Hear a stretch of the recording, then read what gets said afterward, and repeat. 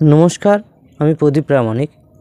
নবজীবন study সেন্টারের তরফ থেকে নেতাজি সুভাষ মুক্ত বিশ্ববিদ্যালয়ের সকল ছাত্রছাত্রীকে স্বাগত জানাই। এই মুহূর্তে যে সকল ছাত্রছাত্রীরা বাংলা MA করছেন এবং আপনাদের ইতিপূর্বে দেখেছেন যে লাস্ট মিনিট সাজেশান 1 এবং 2 এই দুটো পেপার আমি ছেড়ে দিয়েছি এবং দীর্ঘদিন ধরে আপনারা মেসেজ করছিলেন যে আপনাদের যে বাকি যে পেপার কোটা রয়েছে অর্থাৎ 3 এবং 4 এই দুটো পেপারের লাস্ট মিনিট সাজেশান পাওয়ার জন্য মেসেজ করছিলেন। তো আমি যেহেতু প্রায় 10-12 দিন বাড়িতে ছিলাম না, একটু বেড়াতে গিয়েছিলাম, তো সেই জন্য আপনাদের বাকি পেপারগুলো আমি দিয়ে উঠতে পারিনি। তো আমি কথা দিয়েছিলাম আমি খুব তাড়াতাড়ি আপনাদের বাকি পেপারগুলো নিয়ে আপনাদের সামনে আমি তুলে ধরব। তো এই মুহূর্তে যে সকল ছাত্রছাত্রীরা একেবারে পড়ার সময় পান না, তো আজ আমি কেবলমাত্র তাদের জন্য লাস্ট মিনিট কিছু সাজেশান নিয়ে এসেছি।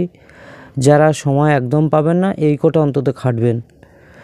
আর সেই সঙ্গে বলে রাখি, যে সকল ছাত্রছাত্রীরা আমাদের নবজীবন স্টাডি সেন্টার থেকে নোটস নিয়েছেন, আপনাদেরকে বলবো আপনাদের যে সাজেশান এবং নোটসপত্র দেওয়া হয়েছে আপনারা ওই টোটাল সিলেবাসটুকু মানে টোটাল নোটসটুকুই আপনারা খাটবেন।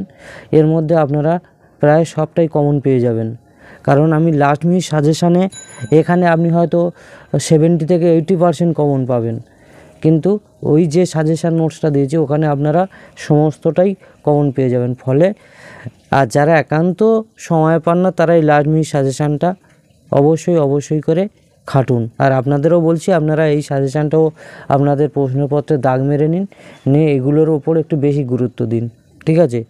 চলুন আমি শুরু করি। আর সেই সঙ্গে আমি বলে রাখি, আমার চ্যানেলে যদি নতুন হয়ে থাকেন চ্যানেলটা সাবস্ক্রাইব করে পাশে থাকা অল নোটিফিকেশান অন করে রাখবেন, যাতে ইউনিভার্সিটির যাবতীয় আপডেট ইনফরমেশানগুলো আপনারা বাড়িতে বসে পাবেন। লাস্ট মিনিট সাজেশান যেমন পাচ্ছেন, অ্যাসাইনমেন্ট যখন বার হবে অ্যাসাইনমেন্টের সমস্ত সাবজেক্টের সঠিক 100% সঠিক উত্তর আপনারা অ্যাসাইনমেন্টের অ্যান্সারও আমার এই চ্যানেল থেকে পাবেন। এছাড়াও নোটস এবং যে সমস্ত ক্লাস আমি করাই সেগুলোও আপনারা বাড়িতে বসে করতে পারবেন। তো ওই জন্য অবশ্যই আমাদের এই চ্যানেলটা আপনাদের কাছে খুবই মূল্যবান। এবং আমি দীর্ঘদিন ধরে আপনারা দেখেছেন যে ইউজিদের যে পরীক্ষাটা হলো সমস্ত সাবজেক্টের লাস্ট মিনিট সাজেশান আমরা ছেড়ে দিয়েছি এবং ছাত্রছাত্রীরা খুব কৃতজ্ঞতার সাথে এবং খুব ভালো রেজাল্ট করবে এবং তারা সমস্তটাই কমন পেয়েছে এবং তারা খুব ভালো পরীক্ষা দিচ্ছে। আমাদের এটাই আমাদের পরিশ্রমের সার্থকতা। এবং আপনারাও যদি এরকমই ওদের মতো প্রায় সমস্তটাই যদি কমন পেয়ে যান তাহলে আমাদের সেখানেই পরিশ্রমটাই সার্থক হবে। এবং অবশ্যই করে আপনারা এইগুলো বেছে যদি ভালো করে খাটতে পারেন দেখবেন কত ভালো মার্কস নিয়ে আপনারা উত্তীর্ণ হবেন। চলুন আমি শুরু করি। তবে হ্যাঁ, শুরু করার আগে আমি আপনাদের দুটো পর্যায়ে সাজেশানটা দেব।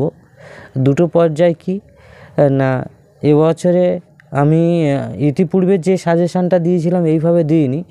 আমি প্রথমে প্রত্যেকটা চ্যাপ্টারে অর্থাৎ প্রত্যেকটা অধ্যায়ের উপরে একটা করে প্রশ্ন দেবো, ঠিক আছে? প্রত্যেকটা অধ্যায়ের ওপরে একটা করে আমি প্রশ্ন দেবো। সেই প্রশ্নটা একেবারে যারা সময় পান না সেইগুলো অবশ্যই করে খাটবেন। চলুন শুরু করি। প্রথমে আসবো চর্যাপদ। চর্যাপদের উপরে প্রচুর প্রশ্ন হয়, ঠিক আছে? আপনারা অত প্রশ্ন খাটার সময় নেই, আপনারা একটা প্রশ্ন করবেন, সেটা হচ্ছে চর্যাপদের সাহিত্য মূল্য সম্পর্কে বর্ণনা করুন।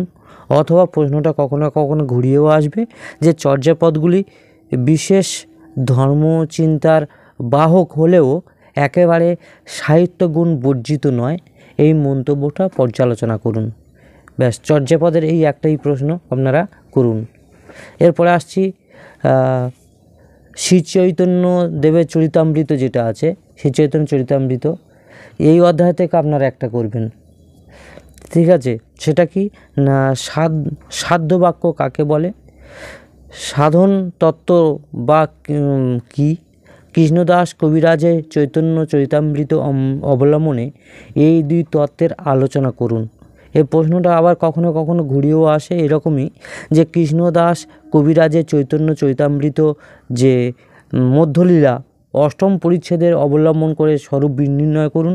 অথবা প্রশ্নটা কখনো আবার এইরকমই ঘুরিয়ে আসে, কিন্তু উত্তর এক হবে। সেটা হচ্ছে শ্রীকৃষ্ণ দাস কবিরাজ চৈতন্য অমৃতের যে অনুসরণে সাধনের তত্ত্ব ব্যাখ্যা করো।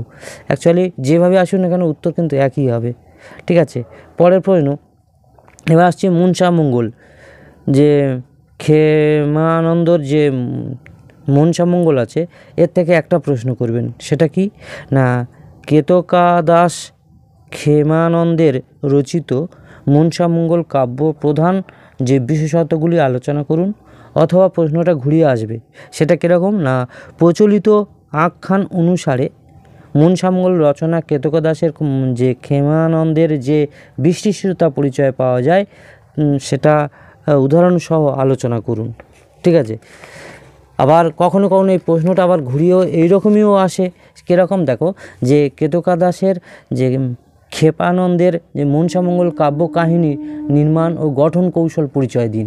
অ্যাকচুয়ালি যেভাবে আসবে না কেন উত্তর কিন্তু একটাই। ঠিক আছে, চলুন নেক্সট পয়েন্টে যাই, যে পদ্মাবতী।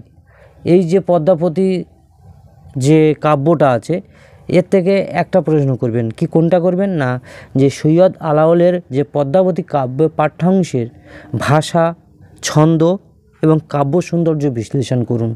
অ্যাকচুয়ালি আবার বলছি, যেখান থেকে প্রচুর প্রশ্ন হয়, অত প্রশ্ন করার একটাই প্রশ্ন করুন, যেভাবে ঘুরে আসুন কেন ওটাই আপনারা চেষ্টা করবে তুলে ধরার জন্য।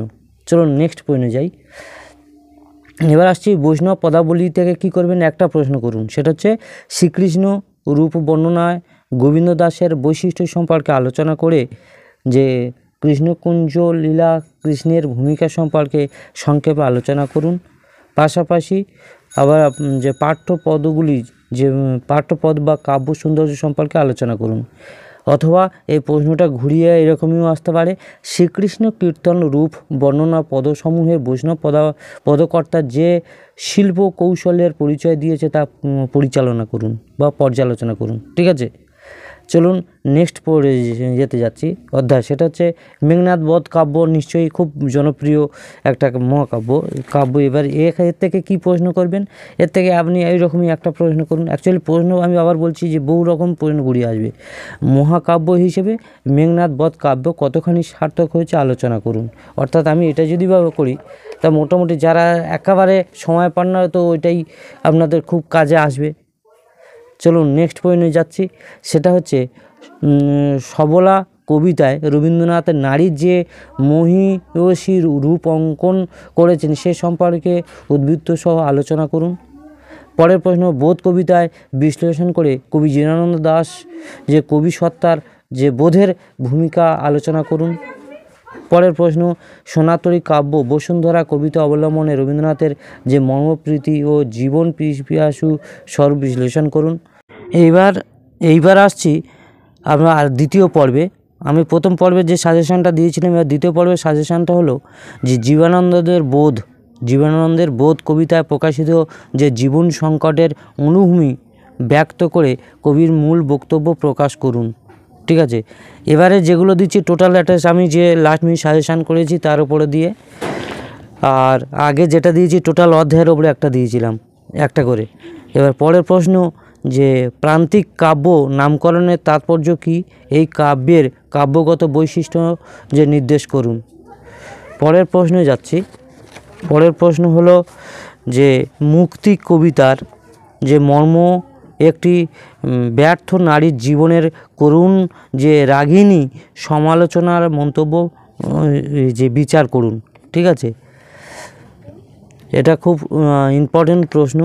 পরের প্রশ্ন, যে মধুসূদনের যে মেঘনাদ বধ কাব্য সূচনার জানিয়ে তিনি যে বীর সৈনিকদের মহাকাব্য রচনা ব্রতী হয়েছিলেন, যে পাঠ্য স্বর্গ অবলম্বনে মেঘনাদ বধ কাব্যের রস বিচার সম্পর্কে কবির মন্তব্য কতখানি সার্থক হচ্ছে তা লিখুন। পরের প্রশ্ন সেটা হলো যে প্রান্তিক কাব্য নামকরণের তাৎপর্য বিশ্লেষণ করো। পরের প্রশ্ন, যে চর্যাপদ ভাষা কাল নিরূপণ করুন। ঠিক আছে, এটা খুব ইম্পর্টেন্ট প্রশ্ন। এর পরের প্রশ্ন আসছে, মোহিতলাল মজুমদারের কালো পাহাড় এই অবলম্বনে করে কবির জীবন চেতনা ও কাব্য চেতনার পরিচয় দিন। পরের প্রশ্ন, বৈষ্ণদেব ঘরসোয়ার কবিতাটি ভাব ও ছন্দ সৌন্দর্য বিশ্লেষণ করুন। পরের প্রশ্ন, যে কবি হিসেবে বুদ্ধদেব বসুর কৃতিত্ব নির্দেশ করুন। পরের প্রশ্ন, যে কালিদাসের কালের অপূর্ব স্মৃতি স্বপ্ন কবিতা কীভাবে প্রকাশিত হয়েছে বিভিন্ন অনুষঙ্গ আলোচনা করে তা বিচার করুন।